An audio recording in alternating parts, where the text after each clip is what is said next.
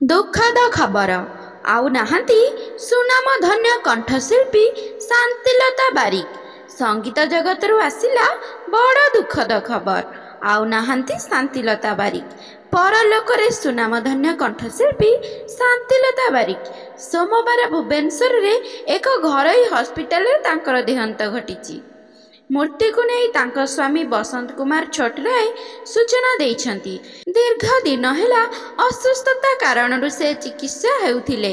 ଆସନ୍ତାକାଲି ଅର୍ଥାତ୍ ମଙ୍ଗଳବାର ପୁରୀ ସ୍ୱର୍ଗଦ୍ୱାରରେ ତାଙ୍କର ଶେଷକୃତ୍ୟ ହେବ ବୋଲି ଜଣାପଡ଼ିଛି।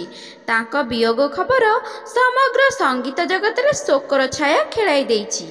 ଦୀର୍ଘ ବର୍ଷ ହେଲା କର୍କଟ ରୋଗରେ ଆକ୍ରାନ୍ତ ହୋଇଥିବା ଶାନ୍ତିଲତା ବାରିକଙ୍କ ଚିକିତ୍ସା ଜାରି ରହିଥିଲା।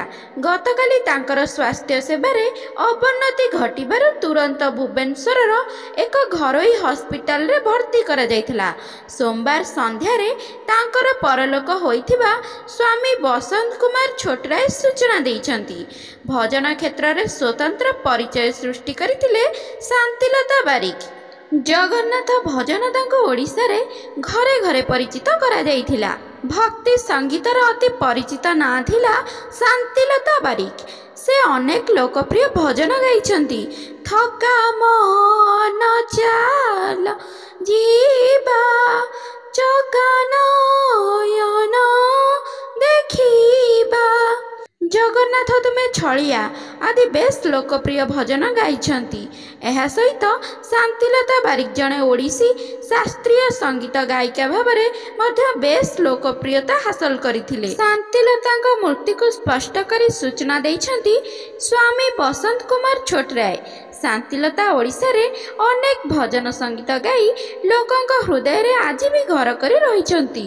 ତାଙ୍କର ମୃତ୍ୟୁ ଖବରକୁ ନେଇ ଅଲିଉଡ୍ ଇଣ୍ଡଷ୍ଟ୍ରିରେ ଶୋକର ଛାୟା ଖେଳିଯାଇଛି। ସୂଚନା ଅନୁଯାୟୀ କଣ୍ଠଶିଳ୍ପୀ ଶାନ୍ତିଲତା ବାରିକ ଦୀର୍ଘ ଦିନ ଧରି ଅସୁସ୍ଥତା ପାଇଁ ଚିକିତ୍ସା ହେଉଥିଲେ। କାଲି ପୁରୀ ସ୍ୱର୍ଗଦ୍ୱାରରେ ଶେଷକୃତ୍ୟ ହେବ ବୋଲି ତାଙ୍କ ସ୍ୱାମୀ କହିଛନ୍ତି। ଶାନ୍ତିଲତା ବାରିକ ଅନେକ ଜଗନ୍ନାଥଙ୍କ ଗୀତ ବୋଲିଛନ୍ତି। ସେ ଥକା ମନ ଚାଲ ଯିବା ଓ ଜଗନ୍ନାଥ ତୁମେ ବଡ଼ ଛଳିଆ ଆଦି ଗୀତ ପାଇଁ ଲୋକପ୍ରିୟତା ହାସଲ କରିଛନ୍ତି।